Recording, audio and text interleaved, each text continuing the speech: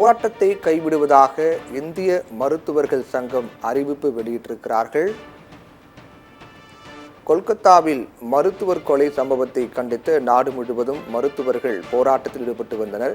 இந்நிலையில் இந்த விவகாரம் நீதிமன்றம் வரை சென்றது. உச்சநீதிமன்றம் பல்வேறு தரப்பிலும் இந்த போராட்டத்தை கைவிடுங்கள் என்று மருத்துவர்களுக்கு அறிவுறுத்தல் வழங்கியது.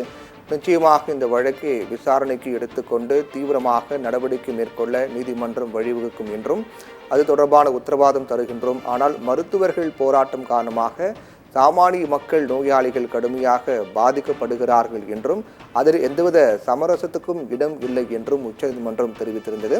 அதனால் போராட்டத்தை கைவிட்டு பணிக்கு செல்லுங்கள் என்று நீதிமன்றம் பலமுறை அறிவுறுத்தல் வழங்கியது.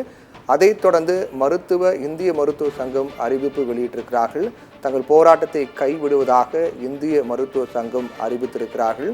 இதன் காரணமாக இந்தியா முழுக்க பல்வேறு மருத்துவமனைகளில் மருத்துவர்கள் பணி புறக்கணிப்பு போராட்டம் மேற்கொண்டு வருகிறார்கள். அந்த போராட்டம் இதன் மூலமாக முடிவுக்கு வருவதாக தெரிவிக்கிறது. மருத்துவ பயிற்சி மாணவி படுகொலை செய்யப்பட்ட சம்பவத்தை கண்டித்து நாடு முழுவதும் பல்வேறு இடங்களில் மருத்துவர்கள் போராட்டம் மேற்கொண்டு வருகிறார்கள்.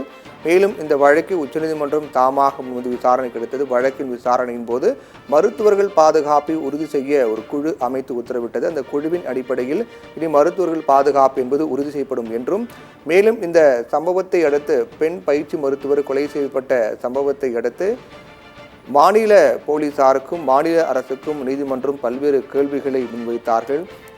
குறிப்பாக இந்த மருத்துவர் கொலை செய்யப்பட்ட சம்பவத்தை தாமதமாக தெரிவித்தது, அதே போன்று உடனடியாக இந்த வழக்கு பதிவு செய்ய தவறியது, அதே போன்று உடனடியாக அந்த மருத்துவமனையுடைய முதல்வர் வேறு மருத்துவமனைக்கு முதல்வராக மாற்றப்பட்டார்.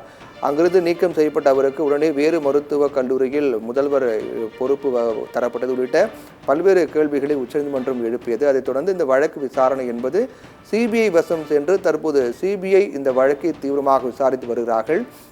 நிலையில் மருத்துவ மாணவி படுகொலை செய்யப்பட்ட சம்பவத்தை கண்டித்து நாடு முழுவதும் மருத்துவர்கள் போராட்டம் மேற்கொண்டு வருகிறார்கள். குறிப்பாக பல்வேறு மருத்துவமனைகளில் மருத்துவர்கள் பணி புறக்கணிப்பு போராட்டம் மேற்கொண்டு வருகிறார்கள். இதன் காரணமாக மருத்துவமனைக்கு வரக்கூடிய நோயாளிகள் கடுமையாக பாதிக்கப்பட்டு வருகின்ற நிலையில் நீதிமன்றம் இந்த விவகாரத்தில் உடனடியாக பணிக்கு திரும்புங்கள் என்று அறிவுறுத்தல் வழங்கியது. அதன் அடிப்படையில் இந்திய மருத்துவ சங்கம் சார்பில் ஒரு அறிவிப்பு வெளியிட்டிருக்கிறார்கள். அந்த அறிவிப்பின்படி போராட்டத்தை கைவிடுவதாக மருத்துவர்கள் தெரிவித்திருக்கிறார்கள். மருத்துவர்கள் மீது எந்தவித ஒழுங்கு நடவடிக்கையும் எடுக்கக்கூடாது என உச்சநீதிமன்றம் உத்தரவிட்டிருக்கிறது.